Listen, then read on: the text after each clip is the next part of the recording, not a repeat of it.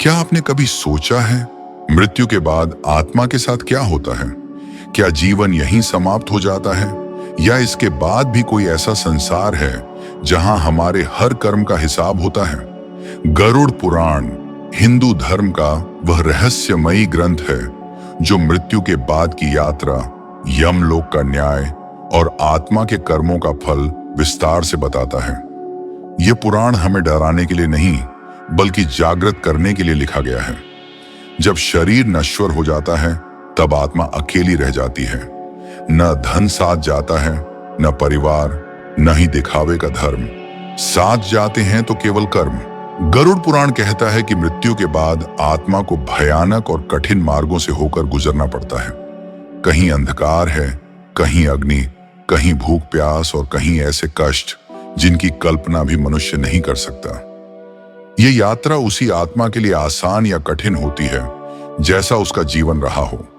आज हम आपको सुनाने जा रहे हैं एक ऐसी कथा जो दिखाती है कि धर्म का मुखौटा पहनकर पाप करने वाला व्यक्ति मृत्यु के बाद किन भयावह परिणामों को भोगता है। यह कहानी सिर्फ कहानी नहीं है बल्कि एक चेतावनी है उन सभी के लिए जो सोचते हैं कि दुनिया को धोखा दिया जा सकता है लेकिन कर्म को नहीं। तो आंखें बंद कीजिए, मन शांत कीजिए और प्रवेश कीजिए गरुड़ पुराण की उस कथा में जहां सत्य छुपता नहीं और न्याय टलता नहीं।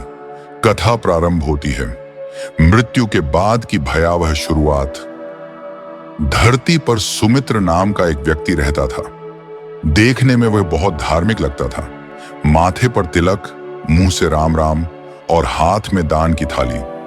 लोग उसे पुण्यात्मा समझते थे लेकिन उसका असली स्वभाव कोई नहीं जानता था।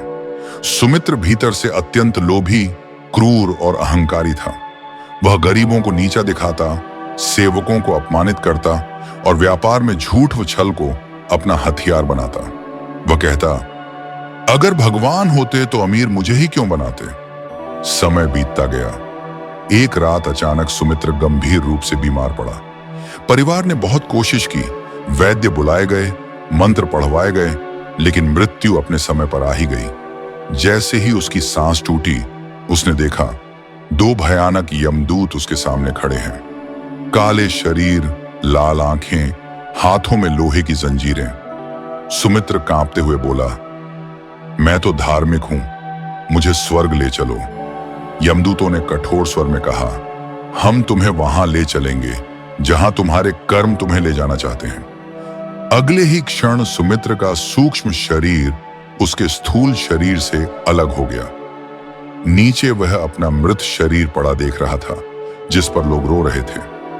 लेकिन अब वह किसी को छू नहीं सकता था, बोल नहीं सकता था।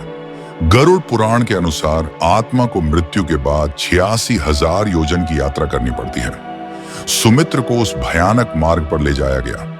पहला मार्ग था अंधकार का रास्ता, चारों ओर घना अंधेरा, न सूरज न चांद, हर तरफ डरावनी चीखें गूंज रही थीं। दूसरा मार्ग था कांटों का वन जहां जमीन पर तेज नुकीले कांटे थे।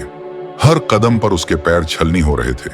यमदूत बोले, ये उन लोगों का मार्ग है जो दूसरों को पीड़ा देते हैं। फिर आया भूख और प्यास का मैदान। चारों ओर पानी दिखाई देता था लेकिन पास जाते ही वह रेत बन जाता। सुमित्र चिल्लाया, पानी, मुझे पानी दे दो। यमदूत बोले, जब गरीब प्यासा था तब तुम्हारा हृदय पत्थर था। रास्ते में उसने असंख्य आत्माएं देखी। कोई उल्टा लटका था, कोई आग में जल रहा था, कोई जानवरों द्वारा नोचा जा रहा था। डर से उसकी आत्मा कांप रही थी। वह रोने लगा, मुझसे गलती हो गई, मुझे माफ कर दो। लेकिन यात्रा अभी खत्म नहीं हुई थी। यमदूत बोले, अभी तो यमलोक का द्वार भी नहीं आया है। और तभी सामने दिखा यमलोक का भयानक द्वार, यमराज का न्याय और कर्मों का फल। जैसे ही सुमित्र यमलोक के द्वार पर पहुंचा, उसकी आत्मा कांप उठी। दरवाजा लोहे का था जिस पर पीड़ा से कराहते चेहरे उकेरे गए थे। द्वार खुलते ही एक भयानक आवाज गूंजी, कर्म का न्याय आरंभ होता है। अंदर विशाल सभा थी। सिंहासन पर विराजमान थे धर्मराज यम, तेजस्वी, गंभीर और न्यायपूर्ण। उनके पास खड़े थे चित्रगुप्त, जिनके हाथ में जीवन की पूरी पुस्तक थी। चित्रगुप्त ने कहना शुरू किया, सुमित्र, तुम्हारे कर्म पढ़े जाते हैं। एक एक कर उसके पाप सामने आने लगे। गरीब को अपमानित करना, झूठे वचन, छल से धन कमाना, अहंकार में डूबा जीवन, दिखावे का धर्म, हर शब्द उसके हृदय को चीर रहा था। सुमित्र रो पड़ा और बोला, महाराज, मैंने दान भी किया, पूजा भी की। यमराज बोले, दान तब पुण्य होता है जब हृदय शुद्ध हो। तूने दान नहीं, घमंड बोया। फिर यमराज ने कहा, गरुड़ पुराण कहता है, जैसा कर्म वैसा फल। धर्म का मुखौटा पहनने से आत्मा पवित्र नहीं होती। सुमित्र को उसके कर्मों के अनुसार दंड सुनाया गया। उसे अलग अलग नरकों में भेजा गया, जहां वह उन्हीं पीड़ाओं से गुजरा जो उसने दूसरों को दी थी। समय बीतता गया, पीड़ा ने उसे तोड़ दिया। अंततः उसके भीतर पश्चाताप जन्मा। एक दिन यमराज ने उसे बुलाया और कहा, पश्चाताप ही आत्मा की शुद्धि का पहला चरण है।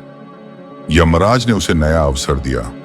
अगले जन्म में उसे कठिन जीवन मिला, ताकि वह करुणा, सत्य और विनम्रता सीख सके। जाते समय यमराज ने कहा, मनुष्य योनि दुर्लभ है। इसे कर्म सुधारने के लिए दिया जाता है, न कि अहंकार बढ़ाने के लिए। इस कथा का अंत यही होता है, लेकिन इसके पीछे छिपी सीख हमारे जीवन के हर कदम के साथ चलती है। गरुड़ पुराण हमें यह याद दिलाता है कि मृत्यु अंत नहीं है, बल्कि कर्मों का हिसाब शुरू होने का द्वार है। हम चाहे जितना भी दिखावा कर लें, चाहे दुनिया को धोखा दे दें, लेकिन अपने कर्मों से कभी नहीं बच सकते। आज अगर हमारे पास मनुष्य जीवन है, तो यह एक अवसर है अपने कर्म सुधारने का, करुणा अपनाने का और सत्य के मार्ग पर चलने का। याद रखिए, धन, पद और अहंकार यहीं रह जाते हैं, लेकिन हमारे कर्म हमारी आत्मा के साथ चलते हैं। अगर यह कथा आपको सोचने पर मजबूर कर गई हो, अगर आपके मन में अपने कर्मों को लेकर कोई प्रश्न उठा हो, तो समझिए यह कहानी अपना उद्देश्य पूरा कर चुकी है। अगर आपको ऐसी और रहस्यमयी, ज्ञानवर्धक और डर भक्ति से भरी कथाएं सुननी हैं, तो इस वीडियो को लाइक जरूर करें, अपने विचार कमेंट में लिखें और ऐसी ही पौराणिक कथाओं के लिए हमारे चैनल को सब्सक्राइब करें। बेल आइकॉन दबाना न भूलें, क्योंकि अगली कथा आपकी आत्मा को झकझोर देने वाली है। जय धर्मराज, जय सनातन।